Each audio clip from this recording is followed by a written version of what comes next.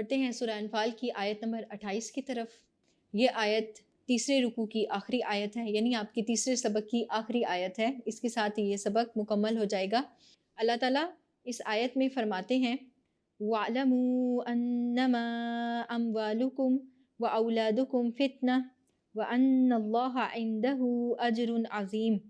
وَاعْلَمُوا اور جان رکھو، انما حقیقت یہ ہے کہ اموالکم تمہارے مال، واولادکم اور تمہاری اولادیں فتنہ بڑی آزمائش ہیں، وَأَنَّ اور یہ کہ اللہ عندہ اس کے پاس ہے اجرٌ ثواب عظیم بڑا۔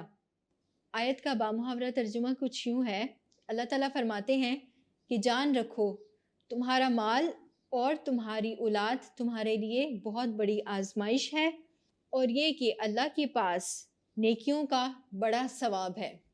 اس آیت میں اللہ تعالیٰ نے مال اور اولاد کو انسان کے لیے آزمائش کہا ہے، یعنی فتنہ۔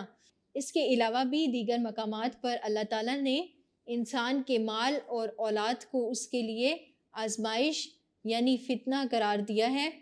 جہاں تک مال اور اولاد کا سوال ہے تو یہ دونوں چیزیں انسان کی کمزوری ہیں۔ انسان کو اپنے مال سے بھی محبت ہوتی ہے اور اپنی اولاد سے بھی بلا شبہ وہ سب سے بڑھ کر محبت کرتا ہے کہ اس پر وہ مال بھی اپنا لٹا دیتا ہے۔ تو یہاں پر اللہ تعالیٰ نے اس آیت میں یہ اشارہ فرمایا ہے کہ یہ دونوں چیزیں ایک انسان کے لیے اور ایک مسلمان کے لیے بہت بڑی آزمائش ہیں، اور یہ دونوں چیزیں اللہ رب العزت کی اطاعت سے انسان کو غافل کر دیتی ہیں۔ انسان جب مال کے حصول اور اس کی طلب میں لگ جاتا ہے تو بسا اوقات ایسا بھی ہوتا ہے کہ نمازوں کا وقت نکل جاتا ہے، اللہ کی یاد کا وقت اس کے پاس نہیں ہوتا، وہ قرآن مجید کی تلاوت نہیں کر پاتا۔ اسی طرح جو بہت چھوٹے بچے ہوتے ہیں وہ اپنی ماؤں کو کیسے ستاتے ہیں، تو بعض اوقات ایسا بھی ہوتا ہے کہ ماں کے پاس نماز پڑھنے کا بھی وقت نہیں ہوتا۔ بلا شبہ نماز ایک عورت پر بھی اسی طرح فرض ہے جس طرح ایک مرد پر فرض ہے، ہر مسلمان پر وہ ایکولی فرض ہے۔ تو ایسا نہیں ہو سکتا کہ آپ اپنے بچوں کو پالتے پالتے نمازوں کو بھول جائیں، وہ آپ پر سب سے پہلے فرض کی گئی ہیں۔ تو یہاں اس آیت میں انہی باتوں کی طرف اشارہ کیا گیا ہے کہ مال اور اولاد انسان کے لیے آزمائش ہیں۔ اگر وہ اس آزمائش میں کامیاب ہو جاتا ہے تو اللہ کی تائید و نصرت بھی اس کو حاصل ہوتی ہے اور اللہ کی خوشنودی کا بھی وہ مستحق ٹھہرتا ہے۔ لیکن اگر صورتحال اس کے برعکس چلی جائے کہ مال اور اولاد کی محبت اس کے لیے سب سے زیادہ اہم ہو جائے کہ اللہ کی اطاعت اور اس کے رسول کی اطاعت کو وہ چھوڑ دے، تو یہی اولاد اور یہی مال اس کے لیے دنیا اور آخرت کی تباہی کا باعث بن جاتا ہے۔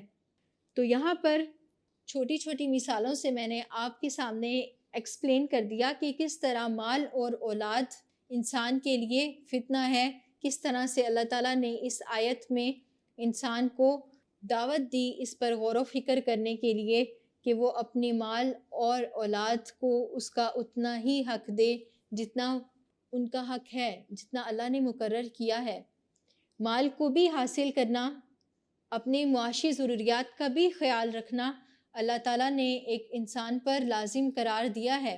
بھیک مانگنے سے منع کیا ہے، مال بھی جا کر کمانا ہے، اپنی اولاد کا بھی خیال کرنا ہے، اپنی اولاد سے محبت بھی کرنی ہے، لیکن یہ بھی دیکھنا ہے کہ کہیں اس کی مال اور اولاد کی محبت اللہ کی اطاعت یا اللہ کی محبت پر غالب تو نہیں آ رہی۔ اور آپ کو معلوم ہوگا کہ جب آزمائش آتی ہے انسان اس میں کامیاب ہو جائے تو وہ اللہ کے ہاں اس کی بلندی درجات کا باعث بنتا ہے، لیکن اگر وہ اسی آزمائش میں ناکام ہو جائے تو وہ دنیا آخرت میں ذلیل و خوار ہو جاتا ہے۔